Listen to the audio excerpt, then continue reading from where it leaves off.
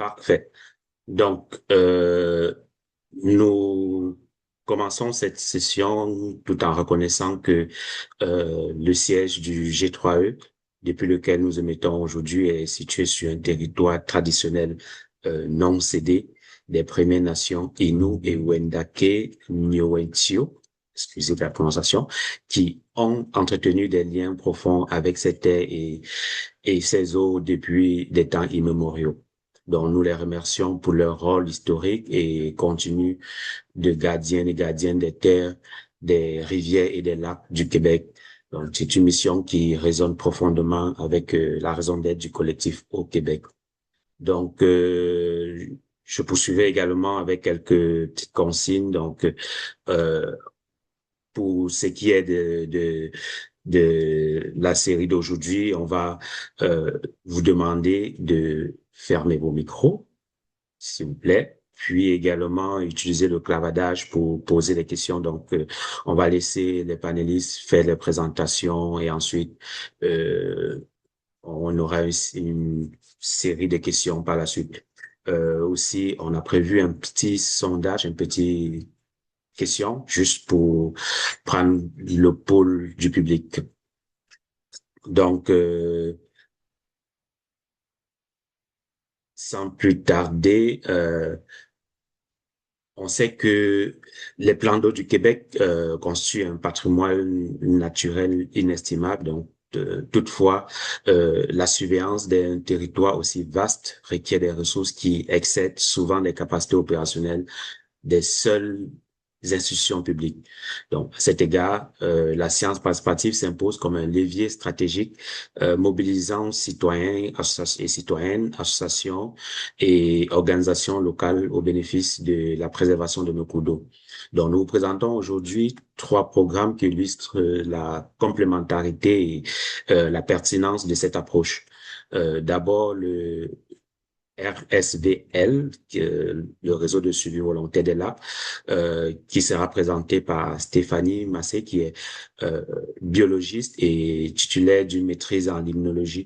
Elle travaille au sein du groupe, du programme du ministère de l'Environnement, de la lutte et des changements climatiques, des faunes et des parcs, où elle contribue à l'acquisition des connaissances sur les lacs du Québec et soutient les citoyens et partenaires impliqués dans leur protection. Donc, par la suite, on aura Mélissa qui nous présentera le rappel. Mélissa cumule plus de 20 ans d'expérience en écologie, l'ACUS, puis elle est détentrice d'un baccalauréat en sciences biologiques et d'une maîtrise en sciences appliquées en gestion de l'eau et en aménagement du territoire. Donc, c'est depuis 2021 qu'elle est coordonnatrice de l'équipe l'immunologie du rappel. Enfin, le réseau de suivi des milieux aquatiques nous sera présenté par Jean-Philippe, qui est agent de recherche au sein de ce réseau du service, qui fait partie du service de l'environnement de la ville de Montréal. Et il y est depuis plus de 2 décennies, 2 décennies également. Il nous parlera de ce programme dont la mission principale est d'acquérir et diffuser les connaissances relatives au plan d'eau. Donc, avant de poursuivre, de passer la parole à Stéphanie, je vais prendre votre pôle avec cette question. C'est moi partagé. Vous pouvez scanner le code QR pour y répondre ou alors utiliser le lien que je vais mettre dans le chat. Si vous trouvez ce chat.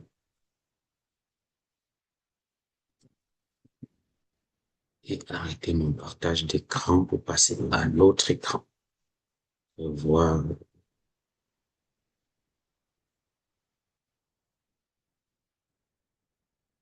C'est ça. Est-ce que vous voyez mon écran? OK, c'est parfait.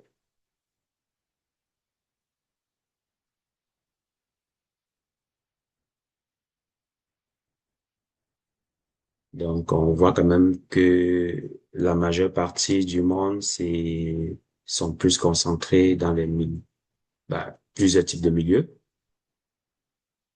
Ensuite vient les cours de rivière.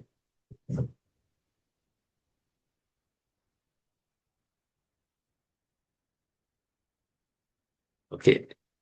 Donc, je dirais que cette diversité de plans d'eau plante un peu le contexte de la richesse de notre réseau. Puis les programmes qu'on va écouter aujourd'hui vont essayer vont passer au travers de ces différents milieux. Donc, sans plus attendre, je vais arrêter mon partage d'écran et passer la parole à Stéphanie qui nous présentera RSSBL. Stop share. Ok. Stéphanie, tu peux ta présentation partager. Oui, je vais faire ça.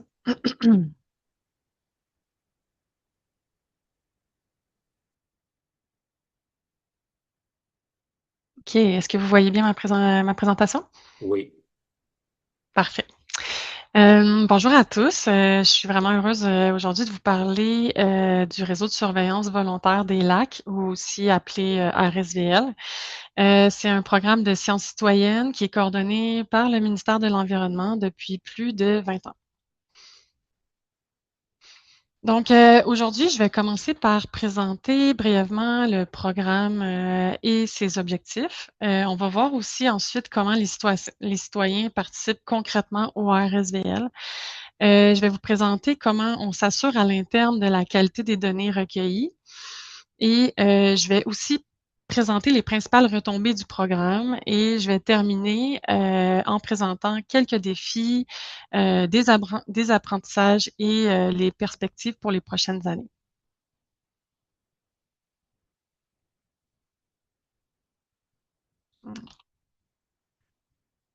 OK, attendez.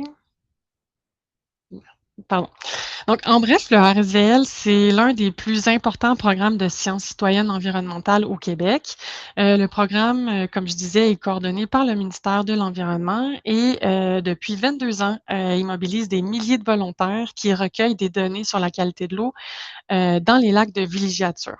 Aujourd'hui, c'est 950 lacs qui sont suivis dans le cadre du programme et ça nous permet d'avoir un portrait unique de l'état des lacs à l'échelle du Québec méridional.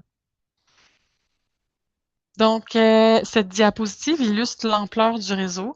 Donc, derrière chaque lac que vous voyez, il y a des citoyens, des associations de lacs, des municipalités, des organismes en environnement qui s'investissent concrètement dans la protection des lacs. Donc, en d'autres mots, là, le RSVL, c'est le fruit d'un partenariat entre le gouvernement du Québec et les nombreux acteurs de l'eau présents sur le territoire. La mission première du RSVL est de suivre l'eutrophisation des lacs. L'eutrophisation, c'est un processus naturel où un lac s'enrichit graduellement en matière nutritive, comme on voit sur le schéma ici. Ça se déroule normalement sur des milliers d'années. Par contre, les activités humaines peuvent accélérer grandement le processus là, en augmentant les apports nutritifs vers le lac, comme le phosphore. C'est ce qu'on appelle l'eutrophisation anthropique. L'eutrophisation anthropique, c'est l'un des problèmes, des principaux problèmes qui affectent les lacs au Québec. Ça se traduit par un enrichissement excessif en nutriments qui favorise entre autres la prolifération du phytoplancton et des plantes aquatiques. C'est un phénomène qui est largement répandu, puis comme vous le savez probablement, qui a des conséquences économiques et socio-économiques majeures. Donc, le suivi des paramètres clés qui visent à détecter les signes de dégradation et agir avant que les impacts deviennent irréversibles.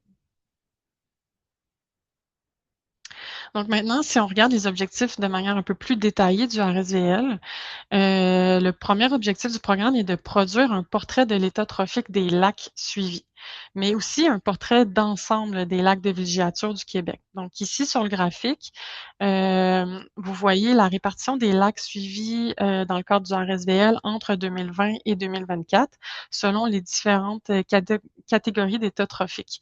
Ces résultats ont été publiés dans le rapport sur l'eau en 2025. Le deuxième objectif du RSVL est de documenter l'évolution des lacs dans le temps. Certains lacs sont suivis en continu, mais faut savoir que la majorité des lacs sont suivis selon le programme de base du RSVL qui repose sur un cycle d'échantillonnage en alternance. Donc, c'est-à-dire que c'est 3 années de prélèvement d'eau et de mesures de transparence, suivies de 4 années de mesures de transparence seulement. Le cycle se répète indéfiniment pour assurer un suivi à long terme des lacs. Donc, l'objectif de cette surveillance environnementale, en anglais le monitoring, c'est vraiment de détecter des changements qui passeraient autrement inaperçus. Le RSVL vise aussi à soutenir les décisions et les actions de protection des lacs. Donc, j'en parlerai plus en détail plus loin. Mais rapidement, les résultats sont utilisés par les citoyens, les associations de lacs, les municipalités, les organismes en environnement et le gouvernement pour orienter leurs interventions et les initiatives de protection. Finalement, le programme vise à sensibiliser les riverains et à renforcer leurs connaissances sur les lacs. Donc, le succès du RSVL repose sur une importante mobilisation citoyenne. Le programme s'adresse principalement aux associations de lacs, mais aussi aux municipalités et à différents organismes en environnement comme les organismes de bassins versants et le rappel. C'est plus de 3000 personnes qui participent au programme à travers le Québec. Les participants peuvent se diviser la tâche au sein d'une association. Par exemple, un volontaire peut être responsable des communications avec le gouvernement. Un autre peut être responsable des prélèvements d'eau et encore une autre personne de l'association peut être responsable des mesures de transparence. Même chose pour les stations. Quand il y a plusieurs stations sur un lac, ils peuvent se diviser la tâche au sein de l'association. Les citoyens peuvent contribuer au programme de 3 façons. Donc, dans un premier temps, il y a le suivi régulier de base du RSVL qui permet d'évaluer l'état des plans d'eau grâce à des paramètres de base comme la transparence de l'eau, le phosphore total et la chlorophylle A. Le carbone organique dissous est aussi échantillonné pour l'interprétation de la transparence. Les citoyens participent aussi à plusieurs études spécifiques menées en collaboration avec le ministère. Ces études permettent d'approfondir les connaissances sur la chimie de l'eau. Donc, je pense ici au pH, à la conductivité et au chlorure. Les citoyens peuvent aussi réaliser plusieurs suivis complémentaires qui permettent de compléter le portrait du lac. Donc, ces initiatives comprennent le suivi du périphyton dans le littoral, la détection des plantes aquatiques exotiques envahissantes et la caractérisation des bandes riveraines. Donc, concrètement, comment les citoyens participent au RSVL? Donc, ce sont les participants qui vont sur le lac et réalisent les prélèvements d'eau et les observations. Donc, par observation, je pense aux mesures de transparence. Ensuite, ils expédient les échantillons au laboratoire et transmettent certaines données au ministère via une plateforme numérique du RSVL qui s'appelle Relais. Donc, vous avez ici un exemple de ce qu'un volontaire peut voir dans son espace relais. Et là, donc, dans l'exemple ici, le volontaire a inscrit ses observations de transparence et que nous, on a en temps réel. Donc, les volontaires peuvent aussi partager leurs connaissances du milieu. Donc, je pense à, par exemple, un barrage de castor qui s'est brisé, un glissement de terrain ou autres, des informations sur les plantes aquatiques, en échangeant directement avec l'équipe responsable du programme. Donc, ça peut se faire par échange courriel. On a une adresse générale, un RSVL. Ça peut se faire par échange téléphonique. On a également un numéro et ça peut se faire aussi par visioconférence là, lorsqu'on s'entend sur un rendez-vous. Donc maintenant, plusieurs facteurs peuvent expliquer la mobilisation et l'engagement des participants du RSVL. Donc, oui, il y a l'accompagnement technique, scientifique et financier qui est important, mais il y a aussi l'accès rapide aux résultats, donc via relais. Donc, les participants peuvent voir assez rapidement, là, après généralement 6 semaines, les résultats dans leur espace relais. Et ensuite, plus tard dans l'année, les résultats vont être disponibles sur le site web, notamment via des fiches de résultats. Ils vont être également disponibles dans l'Atlas de l'eau et sur Données Québec. Donc, les participants ont également accès à l'interprétation des données via les fiches de résultats. Les nombreux partenaires locaux, je tiens à le dire, jouent un rôle essentiel dans la mobilisation des citoyens. Par partenaire, je parle ici encore des organismes de bassin versant, les conseils régionaux en environnement, le rappel ici présent et les municipalités. Donc, une question revient souvent quand on parle de sciences citoyennes. Est-ce qu'on peut se fier à la qualité des données recueillies? Donc, dans le RSVL, plusieurs mécanismes ont été mis en place pour assurer la fiabilité des résultats. D'abord, le programme de suivi en alternance dont je vous parlais tantôt a été validé scientifiquement. Ça veut dire que la fréquence des prélèvements au sein d'une saison et la durée des périodes de suivi ont été établis de manière à obtenir un volume de données suffisant pour produire des résultats fiables qui tiennent compte de la variabilité naturelle observée dans les lacs. La qualité des données repose aussi sur l'utilisation de protocoles standardisés et à l'échelle du Québec la mise à disposition d'outils qui facilitent l'échantillonnage. Donc, je pense ici aux aides-mémoire terrain. Les stations de suivi sont également définies à l'avance avec les participants ainsi que les périodes d'échantillonnage. Aussi, les analyses sont réalisées selon des méthodes précises en laboratoire et très important, les données sont conservées dans une base de données structurée. Donc ici, dans le cas qui nous concerne, c'est la banque de données sur la qualité du milieu aquatique qu'on appelle la BQMA et la banque de données relais. Donc, ça permet d'assurer la qualité des données, mais aussi l'accessibilité à long terme. À ça s'ajoutent plusieurs mécanismes de contrôle de qualité. Dans un premier temps, certains participants reçoivent de façon aléatoire un kit qui va leur permettre de réaliser un blanc de terrain. Ça contribue à vérifier la qualité du processus d'échantillonnage. Le nombre de blancs de terrain correspond par année à 10 des prélèvements, répartis équitablement sur les 3 mois de prélèvement. Un lac, par exemple, ne pourra pas faire des blancs de terrain 2 fois dans une même saison. Il y a aussi un suivi de la conformité des échantillons lorsqu'ils arrivent en laboratoire. Donc, quand il y a des situations particulières qui sont observées, donc ici, par exemple, comme une température de conservation des échantillons de chlorophylle qui sont pas conformes. Donc, la chlorophylle, elle est trop chaude, l'échantillon. Donc, les participants sont contactés pour évaluer la situation et voir si l'échantillonnage peut être repris. Donc, souvent, c'est possible, la personne peut retourner sur le terrain. Une fois les analyses complétées, les résultats sont validés par des biologistes. Donc, cette étape comprend la détection de valeurs extrêmes avec des codes et la validation par paire des données incertaines et la comparaison avec les données historiques. Donc ici, vous avez un exemple d'un outil qu'on s'est fait à l'interne via Power BI qui nous permet là, de pouvoir faire la validation plus facilement. Ensuite, il y a un code de validation qui est attribué à chaque donnée et ce code-là est intégré aux bases de données BQMA et Relais. Donc, la combinaison de tous ces éléments-là a permis de constituer une base de données unique au Québec avec des données comparables à l'échelle de la province.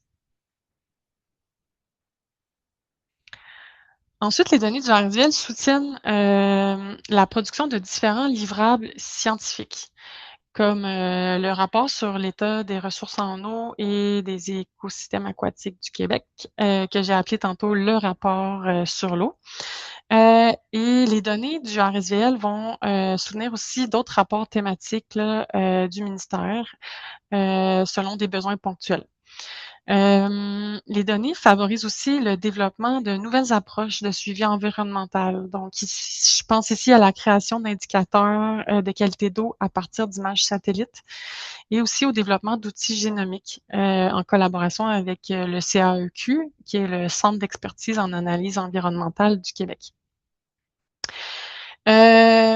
Aussi, l'analyse des données devrait éventuellement générer plusieurs retombées scientifiques. D'abord, On s'attend à ce qu'elles permettent d'améliorer le diagnostic de l'état des lacs en tenant mieux compte de leurs caractéristiques naturelles. Donc, par exemple, l'analyse par groupe de lacs qui présentent des caractéristiques semblables combinées à des approches de modélisation va nous aider à distinguer qu'est-ce qui relève du fonctionnement naturel des lacs de ce qui est associé à une dégradation. De plus, l'analyse des données va contribuer à une meilleure compréhension de l'évolution des lacs dans le temps, notamment grâce à l'analyse des tendances à long terme. Maintenant, si on parle de retombées pour la gestion, le RSVL alimente plusieurs outils de gestion environnementale au ministère, notamment les travaux relatifs à l'établissement d'objectifs environnementaux de rejet de son petit nom, les OER, pour le phosphore. Donc, grâce à la modélisation, les données du RSVL permettent de définir la charge en phosphore qui entre dans le lac et d'évaluer l'impact cumulatif des activités anthropiques sur celui-ci. Donc, par exemple, est-ce qu'il y a une nouvelle usine qui s'installe dans le bassin versant ou un nouvel... ça, c'est un bon exemple. Donc, les données diffusées via l'Atlas de l'eau ou Données Québec ou dans le rapport sur l'eau permettent d'alimenter les différents rapports réalisés par les acteurs de l'eau. Donc, je pense ici au plan directeur de lac. J'ai mis quelques exemples ici, mais il y en a énormément. Pour la société, le RSVL génère aussi des retombées. Donc, dans un premier temps, il contribue à sensibiliser et mobiliser les riverains en les impliquant directement dans l'acquisition de connaissances sur les lacs. La participation des citoyens favorise une meilleure compréhension des enjeux liés à la qualité de l'eau et encourage l'adoption de pratiques favorables à la conservation des lacs. Les données recueillies permettent aussi, dans certains cas, de mettre en évidence les effets d'activités humaines sur les lacs, comme la réalisation d'un nouvel aménagement ou certains changements dans l'utilisation du territoire. En fournissant des données scientifiques objectives et crédibles, le RSVL peut soutenir la prise de décision et contribuer concrètement à la mise en place d'actions pour la protection ou la restauration du lac. Le RSVL constitue aussi une base solide de collaboration entre les citoyens, les municipalités et les organismes environnementaux. Pourquoi? Parce qu'il permet aux différents acteurs de partager une compréhension commune de l'état des lacs. Et finalement, le projet Lac du Québec, qui découle de la mesure 2.3 du Plan national de l'eau, s'appuie notamment sur la mobilisation citoyenne générée par le RSVL. Donc, ce nouveau projet vise à fournir aux associations de lacs un soutien et des outils pour mieux protéger les lacs au Québec. Et donc, avec cette mesure-là, le gouvernement reconnaît le rôle central des citoyens dans la conservation des lacs. Donc, pour assurer la pérennité du RSVL, on a des défis à relever au cours des prochaines années.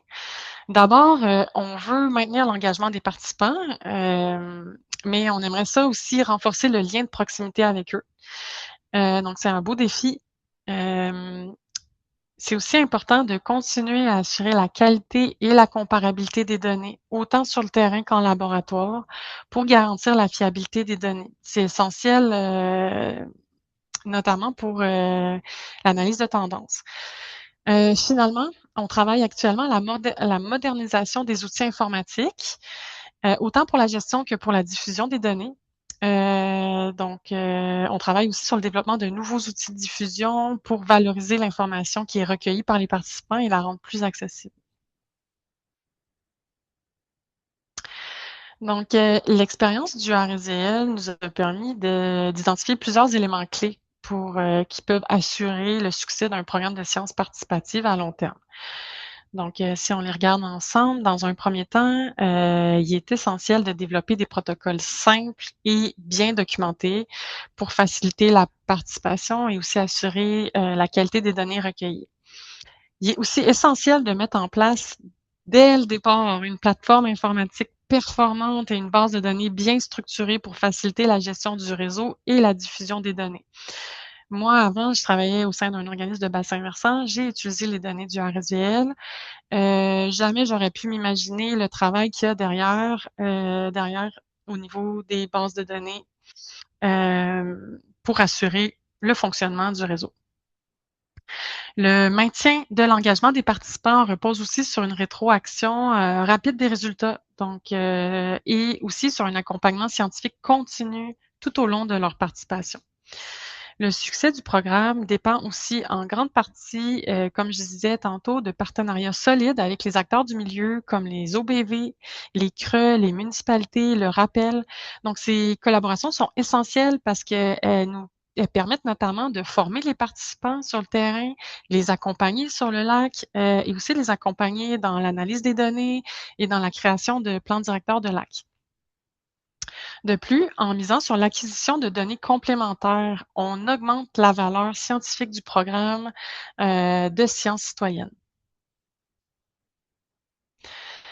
Donc, au-delà du maintien du programme, notre ambition est de faire évoluer le RSVL vers une communauté de suivi plus connectée et mieux outillée. Donc, pour y arriver, comme je parlais tantôt, on veut moderniser l'accès aux données et améliorer l'interprétation de ces mêmes données. Donc, on veut aller plus loin dans l'analyse des données. On a un jeu de données, comme je disais, extraordinaire avec 20 ans de données. On veut aussi offrir un accompagnement plus soutenu aux participants et accroître leur implication dans le programme. Donc, concrètement, on est sur plusieurs projets. On travaille, comme je disais, sur le développement d'un tableau de bord sur les lacs qui va être intégré à l'Atlas de l'eau. Donc, ici, vous voyez une capture d'écran de ce qu'on peut voir dans l'Atlas de l'eau. Aussi, mes collègues travaillent sur plusieurs projets, donc sur les analyses de tendance et aussi sur des analyses par groupe de lacs pour améliorer le diagnostic par lac. Donc, on aimerait ça ultimement que toutes ces informations-là se retrouvent dans le tableau de bord via l'Atlas de l'eau. On souhaite aussi mettre sur pied un comité d'usagers qui nous permettrait de recueillir les besoins et les commentaires des participants dans le but d'améliorer nos produits de diffusion. Donc ça, c'est quelque chose qui me tient à cœur. Donc, en terminant, les messages à retenir, c'est que le RSVL, c'est pas un réseau parfait, mais il constitue depuis plus de 20 ans là, une source incontournable d'informations sur l'état des lacs au Québec. Sa force repose avant tout sur l'engagement de milliers de citoyens qui, année après année, contribuent à la collecte des données. Cette participation permet d'obtenir une couverture spatiale et temporelle qui serait impossible à atteindre autrement. Grâce à des protocoles rigoureux et des mécanismes de contrôle qualité, les données recueillies sont fiables. Ces données soutiennent aujourd'hui la recherche, la gestion environnementale, les efforts de protection des lacs partout au Québec. Et finalement, le succès du programme repose sur une collaboration durable entre les citoyens, les partenaires du milieu et le gouvernement. Donc, je vous remercie de votre attention et ça me fera plaisir de répondre aux questions à la fin des autres présentations. Merci. Merci Stéphanie pour cette belle présentation. On apprend énormément de ce beau programme. On va poursuivre avec Mélissa qui pourra partager sa présentation.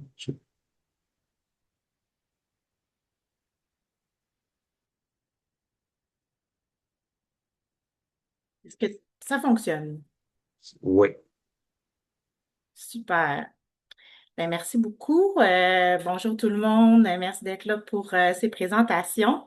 Je vais poursuivre un petit peu dans la même veine que Stéphanie en vous parlant d'exemples d'implication là, des bénévoles des associations de lac au niveau de la science participative.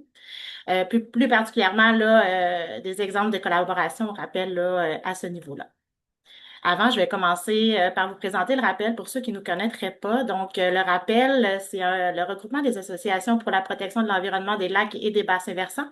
On est une coopérative de solidarité en protection de l'eau à but non lucratif depuis bientôt 30 ans, depuis 1997. Notre mission, c'est la protection des lacs, des cours d'eau, des milieux humides du Québec, puis de soutenir par notre expertise les organismes qui sont engagés dans cette voie-là, comme les associations de lacs. Ceci explique là, pourquoi les associations de lacs, c'est une partie très importante de notre membership. Là. Donc, on est près de 500 membres maintenant, on rappelle. On a 220 associations de lacs qui sont membres. Puis qui sont présentes dans 11 régions administratives du Québec. Donc maintenant, le rappel a la chance de travailler là, avec un réseau d'associations qui est présent partout au Québec. Puis les associations de lac, je pense que Stéphanie l'a bien expliqué, c'est vraiment des acteurs essentiels de la protection de l'eau. Ils travaillent à différents niveaux, donc c'est eux vraiment qui vont pouvoir être les bras sur le terrain, donc ils vont pouvoir faire des actions concrètes sur le terrain, qui vont participer justement à ce niveau-là, à la surveillance et au suivi de l'état de santé des lacs. Ils ont vraiment un rôle très important au niveau de la sensibilisation, de l'éducation de la communauté, de la représentation et de la mobilisation aussi là, de toute cette communauté-là là, autour d'un lac. Donc aujourd'hui, je vais parler plus du volet là, au niveau de la surveillance volontaire des lacs, là, du rôle du rappel à cet égard-là. Là, vraiment, ça va faire un beau lien avec la présentation de Stéphanie. Dans le fond, parce que nous, notre rôle se situe vraiment, elle l'a expliqué, au niveau de l'accompagnement là, pour la mise en œuvre des protocoles du réseau de surveillance volontaire des lacs. Donc, on offre différents niveaux d'accompagnement, des formations à nos associations de lacs. Pour les différents protocoles du RSVL, donc notamment échantillonnage de la qualité de l'eau, la mesure de transparence, mais aussi pour les protocoles complémentaires que Stéphanie a parlé au niveau de la détection des PAE, la caractérisation de la bande riveraine, le suivi du pyréphyton, le suivi des cyanobactéries, l'évaluation de la qualité bactériologique de l'eau en lac et la planification des inventaires là, qui à ne pas sous-estimer. Donc, je vais parler plus précisément aujourd'hui des protocoles sur lesquels on offre là, des formations. Donc, Stéphanie en a parlé un peu, suivi de la qualité de l'eau. Pourquoi? Là, c'est vraiment pour récolter des données de base qui nous permettent d'évaluer à quelle étape se situe un lac dans son processus de vieillissement, vraiment sur une très longue période. En fait, on estime qu'il ça prend à peu près une dizaine d'années de données là, pour être capable d'avoir une moyenne fiable pour être capable de savoir où le lac se trouve en termes d'eutrophisation. Puis, c'est sûr que ça permet d'évaluer des changements qui sont quand même assez lents dans le lac. Si on veut évaluer des changements plus rapides d'apport en nutriments, dans bien des lacs, là, il faut se tourner vers les indicateurs de la zone littorale que je vais vous parler un petit peu plus loin. Donc ça, c'est vraiment la première étape de ces protocoles-là que les associations vont faire quand ils vont commencer la surveillance volontaire des lacs. Les associations sont généralement autonomes, je dirais, assez rapidement là, au niveau de ces protocoles-là. C'est sûr qu'on remarque des fois qu'il y a des petites erreurs au niveau de la mesure de la transparence qui sont à corriger. Aussi, dans les dernières années, il y a eu peut-être un défi supplémentaire au niveau des tests additionnels qui ont été ajoutés au niveau des questions majeures, notamment plus de bouteilles, plus de matériel qui a été donné aux associations. Mais je pense que, somme toute, les associations se sont bien débrouillées là, à ce niveau-là. C'est sûr que là, comme cette année, on aura fait une formation à une association parce qu'il y a eu un changement au niveau des bénévoles qui faisaient ce suivi-là à un lac. Fait que des fois, on va avoir des besoins là, de formation pour justement quand il y a des changements là, de bénévoles attitrés là, au sein des assos. Sinon, au niveau du suivi du périphyton, ben pourquoi on fait ce suivi-là? Puis moi, j'ai quand même un gros faible pour ce protocole-là parce que je vois concrètement là, ce que ça représente dans les lacs. Il y a vraiment certains lacs, en fait plusieurs lacs habités, que le premier indicateur d'apport en phosphore, d'apport en nutriments, de dégradation, ça va vraiment se refléter là, beaucoup au niveau de la zone littorale, donc au niveau des plantes aquatiques et des algues, avant de se refléter dans le phosphore qu'on mesure à la fosse du lac dans l'eau. Ça ne veut pas dire qu'il faut arrêter de faire le suivi de la qualité de l'eau. Là, c'est vraiment un indicateur qu'il faut garder sur le long terme. Mais si on veut être capable de détecter des changements rapides ou de savoir de manière plus précoce s'il y a des apports en nutriments, dans bien des lacs, surtout les lacs qui ont des gros volumes ou des longs temps de renouvellement, ben, la zone littorale va parler beaucoup plus puis beaucoup plus rapidement. Au niveau des associations, le protocole de suivi du périphyton, ça peut sembler assez lourd au départ parce que si vous regardez le protocole, il y a vraiment plusieurs pages, assez volumineux, beaucoup d'étapes aussi et beaucoup d'observations à faire. Mais ce qu'on se rend compte, c'est que quand on fait les formations, puis qu'on va sur le terrain avec eux, ça va généralement assez vite. Moi, c'est tout le temps ça que je dis aux gens. Inquiétez-vous pas, vous allez voir, quand on va être sur le terrain, ça va bien se passer. Parce que, dans le fond, les observations qualitatives, on se rend compte que c'est quand même assez répétitif, puis on se fait rapidement l'œil là, quand on est dans un lac sur ces éléments-là. Fait qu'au final, le protocole fait peut-être peur, mais finalement, un petit accompagnement, une petite formation, là, ça permet souvent de lancer les associations dans ce suivi-là.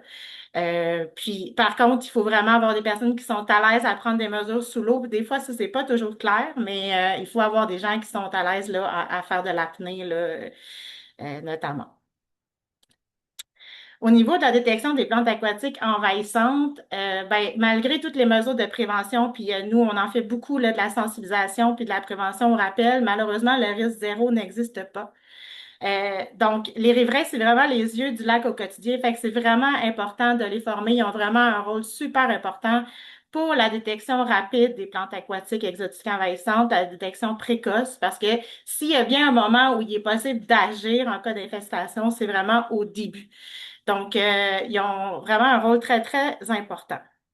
Encore une fois, le protocole, quand on le regarde, le document, il est très volumineux. Il y a une liste de matériel qui est très importante. L'utilisation de l'outil Sentinelle, là, la version web notamment, présente certains défis. Puis l'identification précise des plantes, c'est pas nécessairement à la portée de tous. Tu sais, on rentre dans des notions de botanique et tout ça. Des fois, on a l'impression qu'on surcharge un peu les associations d'informations quand on donne cette information-là. Mais dans le fond, ce qu'il faut se rappeler, puis c'est ce que je dis souvent, l'objectif premier qu'on veut avec ça, c'est que chaque personne, après avoir reçu cette formation-là, chaque personne qui va se promener sur son lac par la suite va avoir le réflexe de regarder c'est quoi les plantes aquatiques dans son lac. Puis surtout, va être à l'affût s'il y a quelque chose de nouveau qui apparaît, s'il y a une plante suspecte.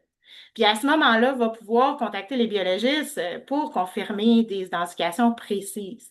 Fait que c'est vraiment un des objectifs principaux qu'on veut. Puis c'est un élément qu'on se rend compte, c'est qu'après les formations, les gens, ils ont systématiquement le réflexe quand ils se promènent sur leur lac de regarder les plantes aquatiques. Il reste que quand même, de manière périodique, les gens vont nous demander, même s'ils font la détection eux-mêmes, de faire une détection exhaustive là, par des professionnels là, pour s'assurer justement que tout est beau là, à une certaine fréquence. Au niveau de la bande riveraine, ce qui est intéressant avec ce protocole-là, c'est que ça permet aux riverains d'obtenir des données à cet égard-là, là, d'une vue d'ensemble sur leur lac, dans une bande de 15 mètres, qui est vraiment la bande qui permet d'avoir une fonction de protection là, sur le lac.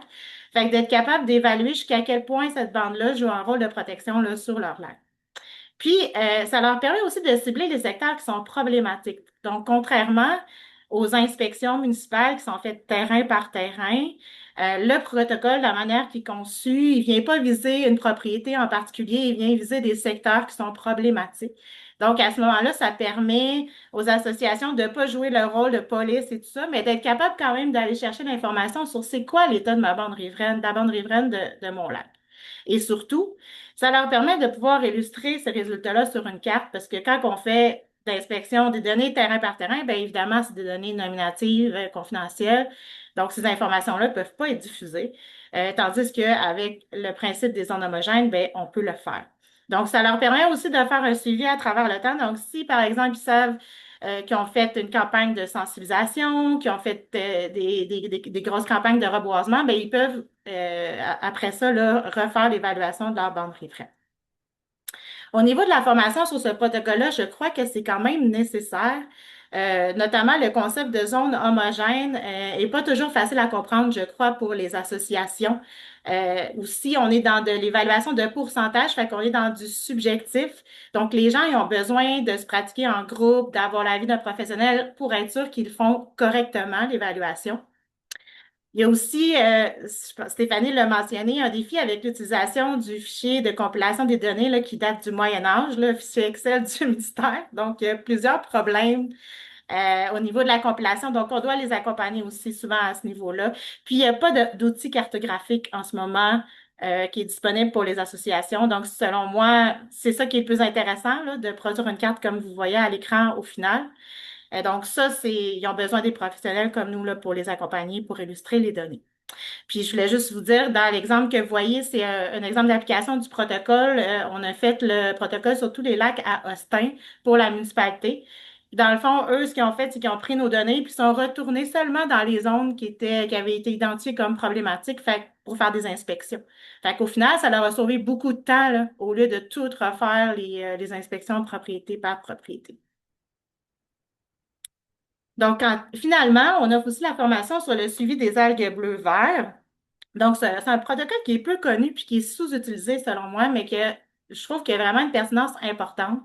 Parce que ce qu'on remarque, c'est que les associations ils documentent quand même les fleurs d'eau de cyanobactéries à leur lac, mais ça va être beaucoup par des photos, puis ils vont par exemple nous dire, ah ben j'ai l'impression que c'était pire cette année que l'année passée, mais il n'y a pas d'information précise qui est notée.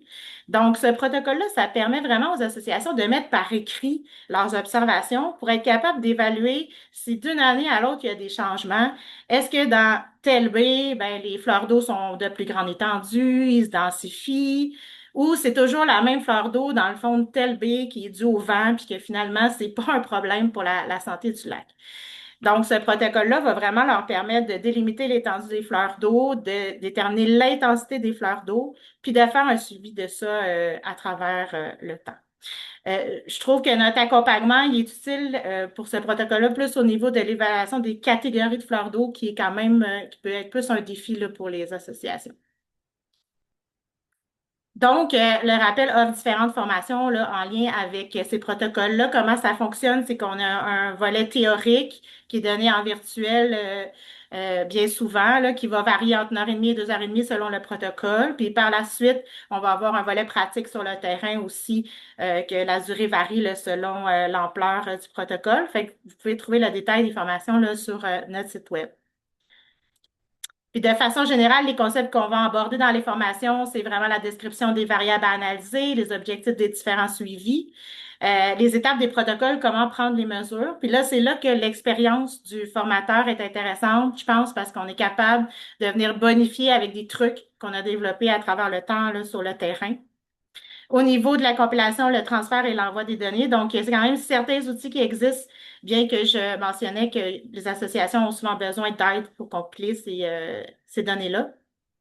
Puis l'interprétation, la diffusion des résultats. Donc, il y a quand même une certaine interprétation qui est faite par le ministère là, des données, notamment de qualité de l'eau et de périphitons. Donc, on va passer ça en revue aussi dans le cadre des formations. Ça, c'est des exemples de projets cette année de formation qu'on a donné là, donc au niveau du suivi de la qualité de l'eau, du périphyton, la détection des PAE.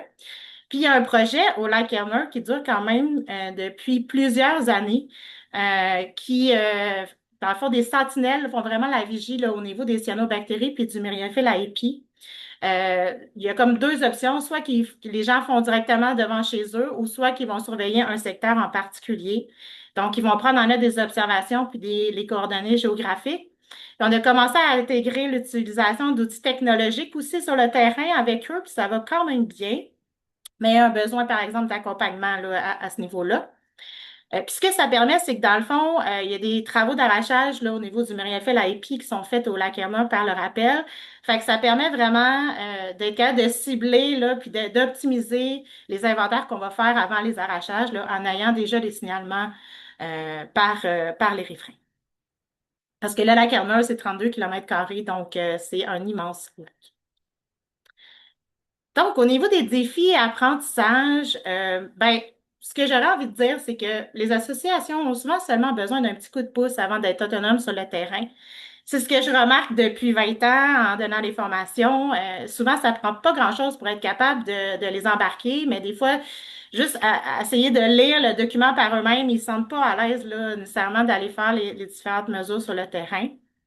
Par contre, il reste qu'ils ont encore besoin d'un accompagnement, notamment pour l'analyse et l'interprétation des données. C'est bien, le ministère produit des fiches pour les données de suivi de la qualité de l'eau. Par contre, il n'y a pas encore d'interprétation des données pluriannuelles. Puis, les données du périphyton, je suis vraiment contente, sont enfin interprétées depuis tout récemment par le ministère. Mais il y a quand même un besoin d'intégration de toutes ces données-là ensemble pour être capable de dire c'est quoi l'état de santé du lac. Puis ça, c'est un besoin là, qui est beaucoup demandé par les associations.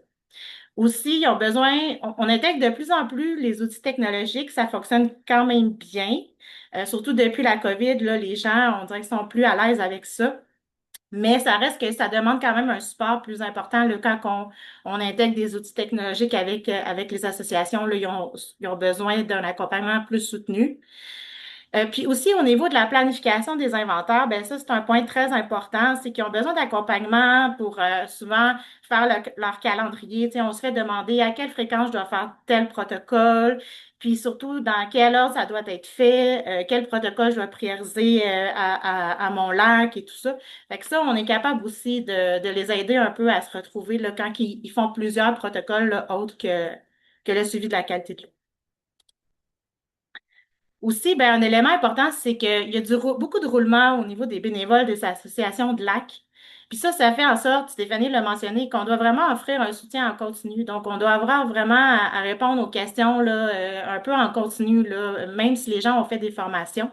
Puis, on doit aussi renouveler les formations de manière périodique. Donc, quand il va y avoir des changements, des fois au niveau des bénévoles, des fois, il faut repartir de zéro là, dans des formations des associations. Puis, il y a un besoin d'avoir des outils pour les aider à consigner leurs données, à compiler leurs données, à rassembler tous les rapports, les études qui ont été faites sur leur lac pour être capable de le transférer justement quand il y a des changements au sein d'associations. Donc, ça, c'est un besoin important qu'on va souvent se faire redemander. Ah, pouvez-vous me renvoyer tous les rapports qui ont été faits par le rappel à notre lac?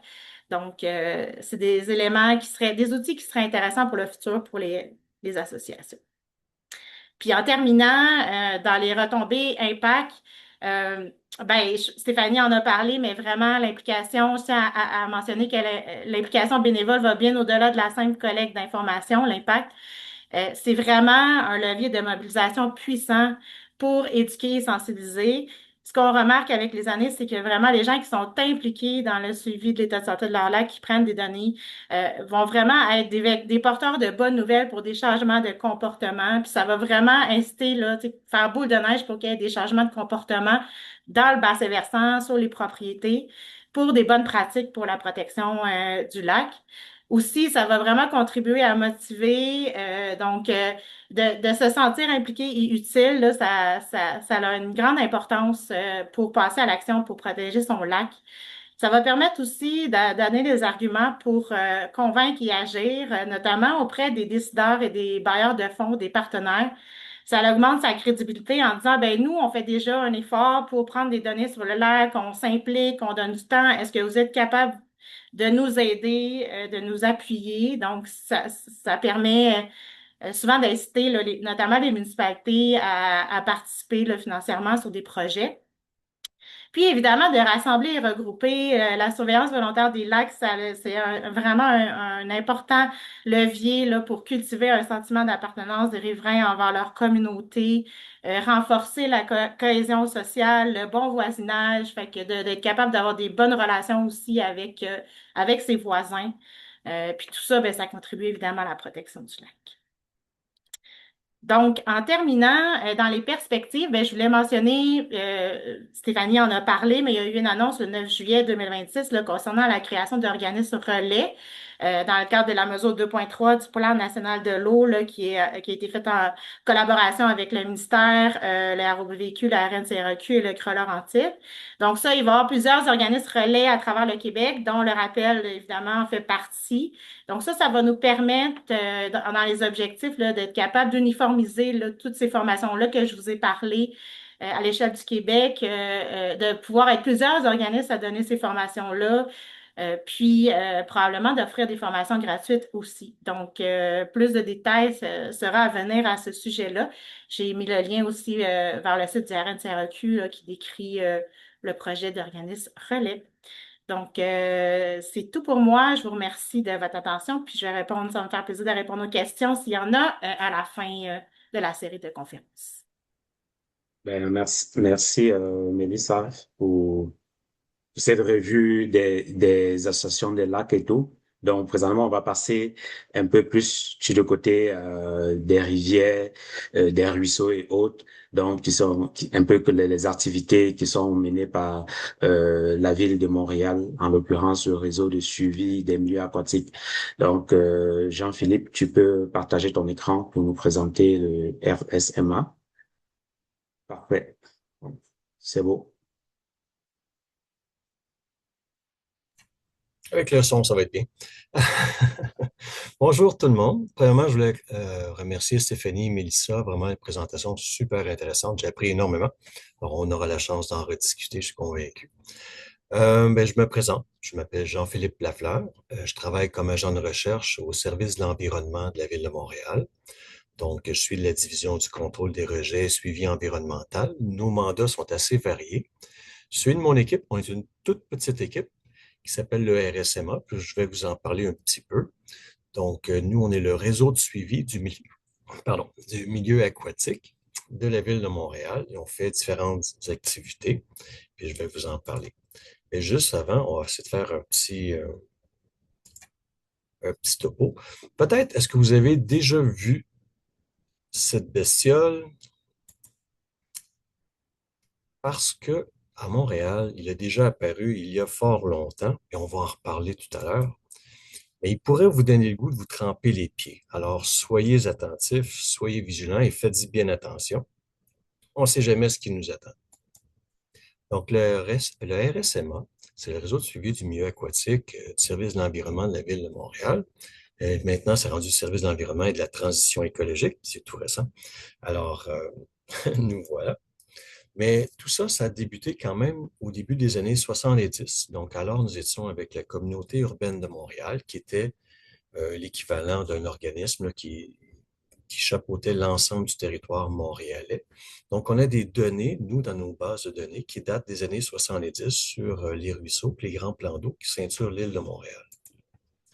Le but, à ce moment-là, c'était d'évaluer la qualité de l'eau, des milieux naturels, autant autour qu'au centre de l'île. Donc, on peut parler des ruisseaux, on peut parler des plans d'eau intérieurs, par exemple.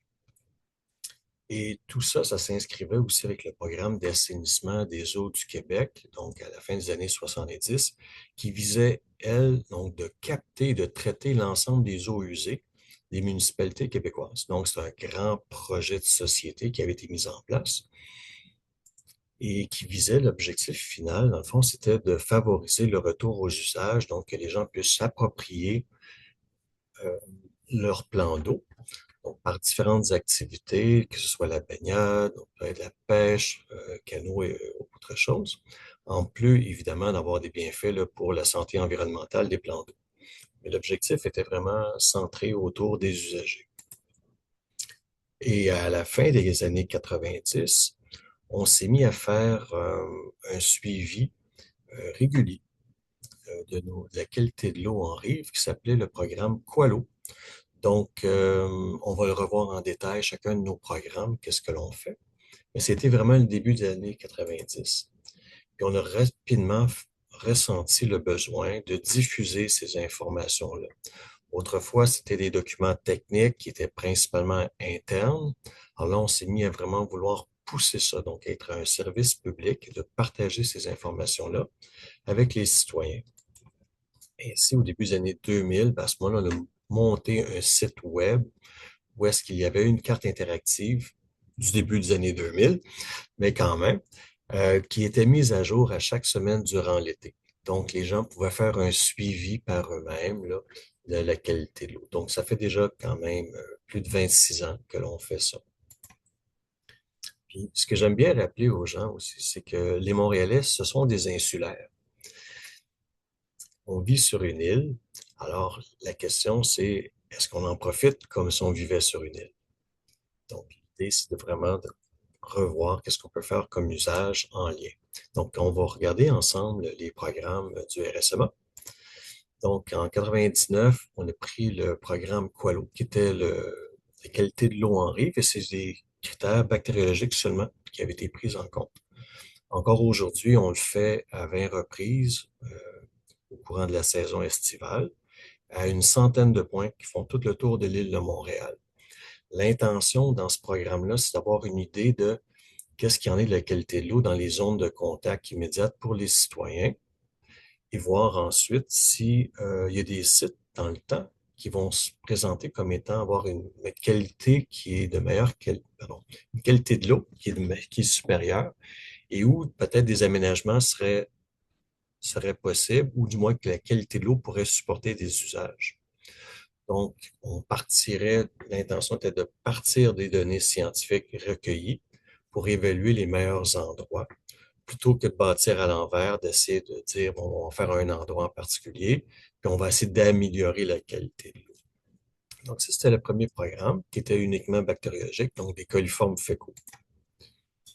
Par après, on a mis l'étude des grandes masses d'eau qui ceinturent l'île de Montréal. Donc, on parle du fleuve Saint-Laurent avec le port de Montréal, le lac Saint-Louis, ainsi que la rivière des Prairies. Ce programme-là, il n'est pas fait de façon régulière, il est fait de façon occasionnelle, je vous dirais. Cette année, en 2026, on l'a réactivé, mais ça faisait déjà 14 ans qu'on ne l'avait pas fait. Donc, on a un beau projet à Montréal qui s'en vient pour ce qui est de la désinfection. Donc, on veut évaluer, le remettre à jour, nos données, les connaissances. Par après est venu le programme Ruisseau et plan d'eau intérieur, qui, lui, visait vraiment à évaluer, mais sur un portrait beaucoup plus complet. Donc, on a des analyses physico-chimiques, on va avoir des métaux, on va avoir du phosphore, de l'azote, en plus des paramètres de terrain, donc pH, température et bactériologique. Donc, on s'est inspiré de l'indice DQBP du ministère pour calculer un indice de qualité de l'eau de chacun de nos ruisseaux, qui en a beaucoup moins qu'on en avait autrefois. Plusieurs ont été canalisés par le passé, mais se rejettent. Ils ont quand même un impact. Encore aujourd'hui, ils ont des services importants quand même pour les Montréalais. Et finalement, on a initié en 2007 le programme Pluvio. Donc, on se demandait pourquoi la qualité de l'eau variait. Donc, on s'est mis à étudier le réseau pluvial. Certains se jettent dans les ruisseaux, donc ce qu'on appelait les collecteurs, et d'autres directement en rive, qui, eux, peuvent avoir également un impact sur la qualité de l'eau en rive. Donc, avec cet ensemble-là, on est en mesure d'évaluer nos sources et les impacts de différents endroits, de différents plans d'eau. Donc, c'était ce que le RSMA a mis en place. Donc, à l'aide de toutes ces données-là, on fait un bilan annuel qui présente ces résultats-là. Puis on peut identifier des problématiques puis y travailler. Donc, mais le but premier, encore là, c'était d'informer la population de l'évolution de la qualité de l'eau. Est-ce que nos plans d'eau s'améliorent? Est-ce qu'il y a une dégradation? Quels sont les paramètres responsables de ces changements-là? Puis comment est-ce qu'on peut travailler? Et l'ensemble des résultats, des analyses qui sont prises sont disponibles également en données ouvertes. Donc, il y a un travail de rétropédalage actuellement pour rendre disponibles les résultats antérieurs. Mais pour l'instant, plusieurs sont déjà disponibles. Et ça, c'est juste pour vous présenter une carte qui fait un peu le résumé de l'année 2025 à Montréal. Donc, on voit les points de couleur tout autour de l'île, qui sont les points de la qualité de l'eau du programme Qualo. Et tandis que les bandes de couleur, elles, représentent le programme Ruisseau. Donc, généralement, on voit que la couleur va varier en fonction de l'indice de qualité. Et chacun de ces indices-là peut être déclenché par un paramètre distinct. Donc, ça peut être les matières en suspension, les coliformes, phosphore, qui sont les plus fréquents. Mais ça pourrait être un autre paramètre, tel que, par exemple, un cuivre, par exemple. Donc, tout ça, c'est juste un petit résumé, mais ces informations-là sont disponibles. Et on a mis en ligne une nouvelle mise à jour de notre site avec une carte interactive qui, elle, est encore beaucoup plus complète qu'elle l'était par le passé, où on voit l'ensemble des paramètres. Donc, quelqu'un peut retrouver toutes les données, autant les analyses chimiques que les paramètres terrain, par exemple, ainsi que l'évaluation, la qualité associée à ça. Et en plus, on peut reculer d'une douzaine d'années pour l'instant. L'intention à terme, ce serait d'être en mesure de mettre toutes nos données disponibles. Donc, il y a vraiment cette volonté-là de partager nos résultats, la connaissance. Si jamais ça vous intéresse d'aller consulter cette carte interactive-là, vous pouvez suivre juste le code QR qui apparaît présentement à votre écran. Donc, la science participative au RSMA, qu'est-ce que c'est? C'est un petit peu différent des autres organismes que l'on a vu un peu plus tôt aujourd'hui. Donc, nous, c'est comme une collaboration qui est un petit peu différente, dans le sens que on sensibilise les citoyens, mais les villes, les arrondissements aussi qui sont sur le territoire montréalais, à la qualité de l'eau. On reçoit des questions, beaucoup de questions de la part des citoyens, parfois des arrondissements et des villes aussi. Et suite à ça, ben, on est en mesure, lorsque le besoin se fait sentir, de réaliser des études ou des projets spéciaux en vue de répondre à ces questions-là, et peut-être aussi d'élaborer de nouveaux projets pour les citoyens, parce qu'on est vraiment un service public. Donc, l'idée, c'est de répondre aux besoins des citoyens. Donc, on est vraiment en collaboration. Nous, on se trouve un peu à travailler avec les citoyens autant qu'avec les villes et les arrondissements. Donc, un des moyens qu'on a mis en place et qu'on est en train d'installer, c'est la suite de l'oiseau qu'on a vu en tout début, qui étaient nos anciennes affiches. Donc, on a fait des nouvelles affiches où est-ce qu'il apparaît maintenant un code QR où les gens peuvent aller consulter, signaler. Personnellement, j'avais un petit faible pour la couleur et l'oiseau plutôt que le pancarte inspirée d'un no parking, mais bon, au moins il y a plus d'informations qui est disponible maintenant qu'elle l'était autrefois. Donc, pour vous donner une idée, ça, c'en est une des anciennes pancartes que l'on a, qui est à l'île des Sœurs. Donc, là, ici, dans ce cas-ci, c'était Lac-la-Coursière. Mais on a commencé à en installer à différents endroits autour de l'île de Montréal, dont ici, où est-ce qu'il y a des points d'accès pour les citoyens. Donc, on se retrouve à Dorval, ici, face au lac Saint-Louis. Donc, l'idée, c'est de rendre l'information le plus accessible possible pour répondre aux questionnements des citoyens, les sensibiliser, mais aussi qu'il leur donnait un moyen de communiquer avec nous, d'avoir une rétroaction de leur part. Et toujours dans le cadre de participation, de sensibilisation, ben, on participe à différentes activités. On peut aller faire des présentations dans les milieux scolaires, Festival Eureka que l'on voit présentement où les jeunes captent de l'eau. Il y a eu le Grand Splash aussi, où est-ce qu'on diffuse l'information, où est-ce que j'ai eu la chance de me baigner. Euh, mais on travaille aussi en partenariat avec des comités ZIP. Dans ce cas-ci, c'était pour le ruisseau Pinel, où est-ce qu'il y avait une problématique particulière. Puis finalement, un beau programme, le programme du G3E, qui est le programme J'adopte un cours d'eau, où est-ce qu'il y avait une école qui avait une action qu'ils avaient mise en place. Donc, cette action-là visait à sensibiliser les entreprises et les employés dans un quartier industriel à protéger le ruisseau Bertrand, qui est à proximité, pour éviter que les gens jettent des déchets dans le réseau pluvial. Donc, ils avaient décidé de faire un pochoir, identifiant comme ça une grenouille. Ils ont fait tout un concours à l'interne chez eux en disant va vers le fleuve. Donc, pour sensibiliser les gens en disant que ben, ce que vous jetez ici va se diriger vers le ruisseau et ainsi que vers le fleuve ultimement. Donc, on avait pu les accompagner dans ce projet-là. C'était vraiment très agréable. Mais comme je vous disais, on reçoit aussi des demandes d'études. Donc, par exemple, pour la plage de l'Est que l'on voit ici, on a eu d'autres pour la plage de Verdun, le parc Belle-Rive que l'on voit, et ainsi que le parc René-Lévesque. Donc, ce sont des projets qui commencent à émaner, qui ont un intérêt de plus en plus important de la part des citoyens, de la part des arrondissements et des villes, pour redonner un accès aux citoyens qui sont des insulaires, de favoriser le retour des usages, mais surtout de le faire de façon éclairée, en ayant des informations qui sont connues, qui sont solides, euh, puis surtout qui sont répétées. Donc, en ayant plus de 20 ans de données sur un site, on est en mesure d'avoir une bonne idée de la variabilité dans le temps d'un site. Certains endroits ont une qualité de l'eau excellente là, depuis le tout début du programme. Donc, c'est des endroits qui peuvent être intéressants à favoriser pour imaginer à développer des différents projets là, éventuels à faire. Donc, nous, on collabore de cette façon-là. Mais par contre, les citoyens sont aussi appelés à communiquer avec nous parce qu'ils sont partout, ils connaissent leur plan d'eau, ils connaissent leur coin. Donc, ils peuvent voir des situations qui changent, qui évoluent, qui ne sont pas habituelles. Donc, ils sont appelés à agir comme partenaires avec nous, puis nous informer lorsqu'ils voient des situations irrégulières. Puis de nous, de notre côté, on répond à ces signalements-là. On va déployer des ressources pour aller identifier la source des contaminations.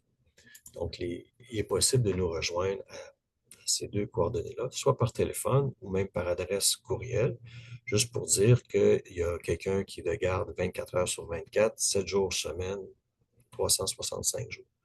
Donc, c'est dans les rares services là, qui est en tout temps là, sur l'île de Montréal.